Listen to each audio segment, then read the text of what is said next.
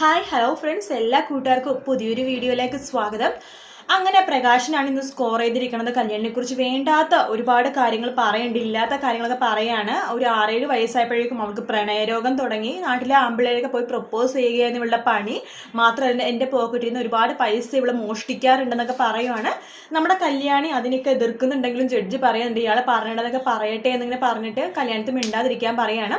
അങ്ങനെ പ്രകാശിന്റെ ഊഴം കഴിഞ്ഞു. പിന്നീട് വിക്രത്തിനെ വിളിക്കാണ്. വിക്രവും ഇതുപോലെ തന്നെ പറയാണ് ഇവള് വളരെ മോശപ്പെട്ടൊരു പെണ്ണാണെന്ന രീതിയിലൊക്കെ പറയുമ്പോൾ കല്യാണി ഇങ്ങനെ ആകെ വിഷമിച്ച് പോകണം. അപ്പൊ കിരൺ അവിടെ നിന്ന് ഇങ്ങനെ കാണിക്കുകയും ചെയ്യും. ഒന്നും കൊണ്ട് പേടിക്കേണ്ട, എല്ലാം ഓക്കെ ആവെന്ന് പറയാണ്. പിന്നെയാണ് കല്യാണിയുടെ ഊഴം വരുന്നത്. കല്യാണി അങ്ങോട്ട് അടിച്ച് തകർത്ത് വിടുവാട്ടോ. പ്രകാശിന്റെ മുഖത്തൊരു ചോദിക്കും, താൻ എപ്പോഴാട്ടോ തന്നെ രണ്ടാമത്തെ മകളുടെ മുഖം ശരിക്കും കണ്ടത് എന്ന് ചോദിക്കുമ്പോഴേക്കും പ്രകാശനൊന്നും മിണ്ടുന്നില്ല കേട്ടോ. അങ്ങനെ പ്രകാശന്റെ മോന്റെ പല ചരിത്ര കഥകളൊക്കെ കോടതി മുമ്പാകെ വിളിച്ചു പറയാണ് കല്യാണി.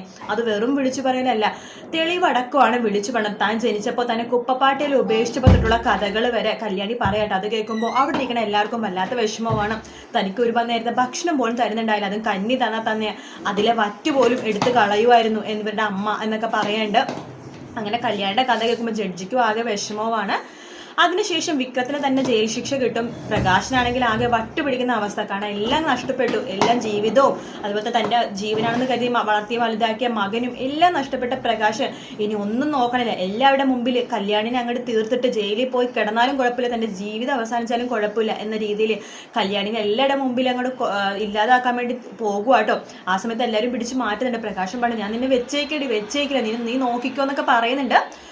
പക്ഷെ നമ്മുടെ പ്രകാശിന് മിക്കവാറും നമ്മുടെ ബകാസുരന്റെ അവസ്ഥ തന്നെയായിരിക്കും. മുഴുവട്ടാവാൻ തന്നെയാണ് ചാൻസ്. എന്തായാലും പ്രകാശന്റെ മോന്റെ എല്ലാ രീതിയിലുള്ള കള്ളത്തരങ്ങളൊക്കെ നാട്ടുകാരും അതുപോലെ തന്നെ കോടതി മുറിയും അറിയാവുന്ന ഭാഗങ്ങളാണ് അടുത്ത ആഴ്ച കാണാൻ പോകുന്നത്.